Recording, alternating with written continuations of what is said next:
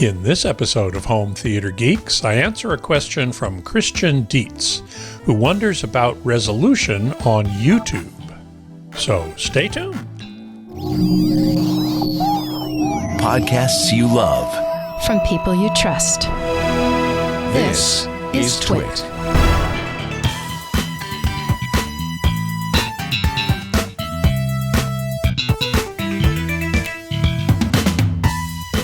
Hey there, Scott Wilkinson here, the Home Theater Geek.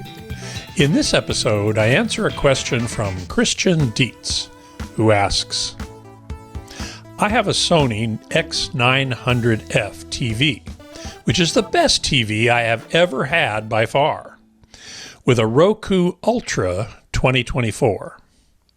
When I watch YouTube from the Roku, I often have the choice of 1080p or 2160p. Since Sony is noted for having excellent upscaling, I was wondering if it would be better to set the YouTube video to 1080p and allow the Sony to upscale, or is the 2160 setting in YouTube better?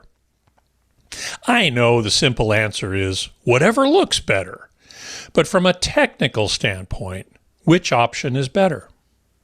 I know from past episodes of HTG, you have stated that true 4K video, not upscaled, is the best picture.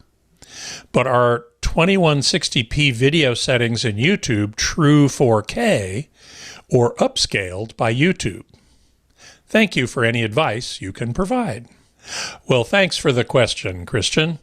As with most things in life, the answer is, it depends. YouTube does have some native 4K UHD 2160p content, quite a bit actually, and the amount of it is growing over time. But the majority is still 1080p or less. Now, if the content is native 2160p or UHD, the best YouTube setting is obviously 2160. But if it's 1080p or less, is it better to have YouTube do the upscaling, or is it better to have the TV do it? That's really the essence of your question, and I'm going to get to that in a minute. But first, I want to see if we can determine what the native resolution of the video coming from YouTube is. And I looked at a number of YouTube videos, including standard definition television shows from the 20th century and some very early television programs, experiments really. And I wanted to see what was the resolution that YouTube was putting out.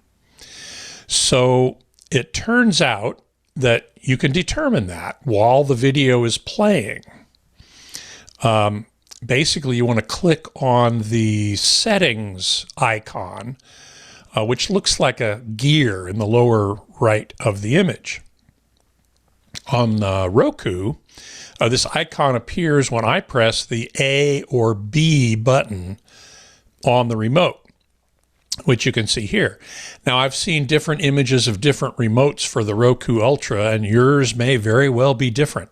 Some of them have two buttons there labeled 1 and 2, and some don't have any such buttons. So I'm not quite sure how you would get the icons, that particular icon, which appears with several of them when I press the A or B button. But in one way or another, that's what you need to do to determine what the actual resolution of the video is. So if you click on that settings icon, one of the items in the menu that pops up is the quality setting. And again, the menu might very well look different than this, but in this particular version of it, you can see down near the bottom, it says quality. Sometimes, in some cases, that word quality is followed by the parentheses and the actual resolution. And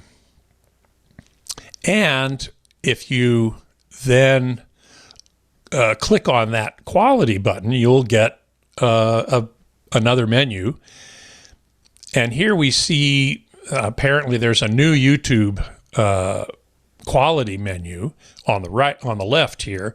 On the right is what I have normally seen. It defaults to auto, and it has in parentheses a resolution. In this case, 480p. And you can choose any resolution. In this particular illustration, you can go beyond 480p to 720p or 1080p. And I assume then that YouTube will upscale to those resolutions.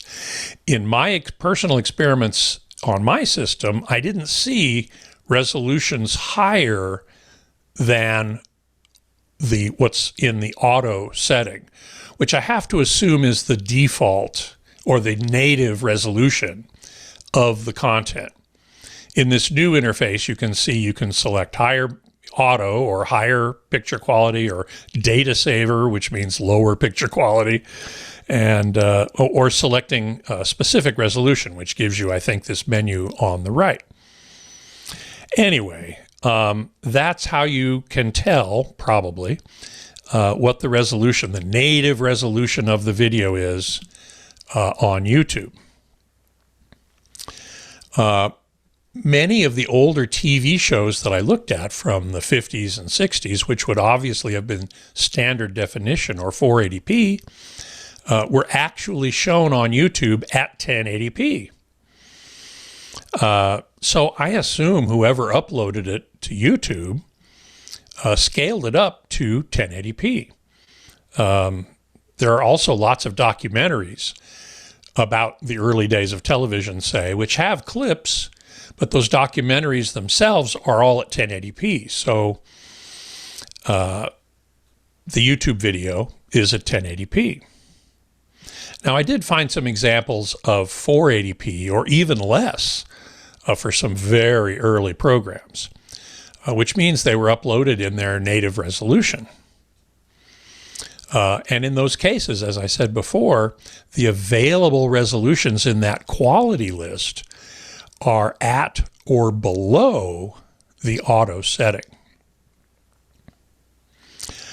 So I think YouTube has a feature that I've never uploaded to YouTube, but I think they must, where when you upload something, you can say upscale it to 1080p, or perhaps the person who uploaded it upscaled it offline in their own computer and then uploaded that.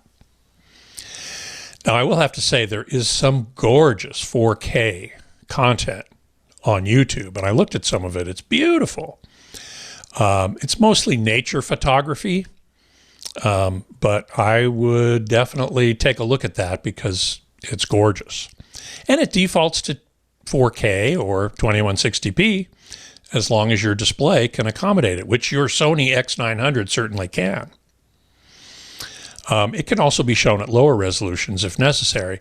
I'm going to include a link in the show notes that will lead you to this 4K content.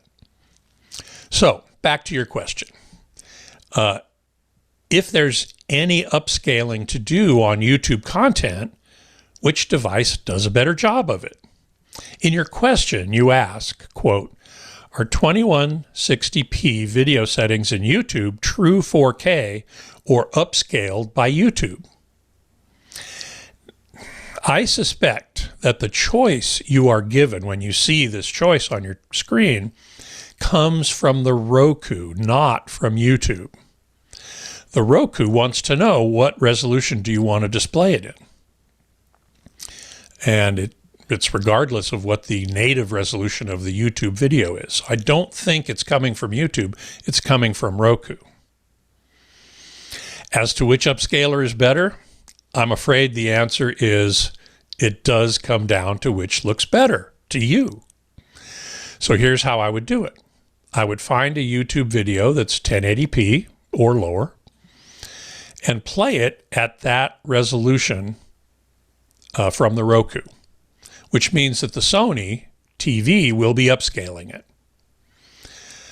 Then play the same content with the Roku setting at 2160p, which looks better. I would guess that the Sony's upscaling will probably look better because the Sony is a much more expensive device than the Roku, and they have really great upscaling, as you note, and the processor is probably more expensive and more capable than the processor in the Roku. But there's only one way to find out, and that's to do it. That's to try it both ways and see which one you like better. So I'm sorry to say there is no true technical answer.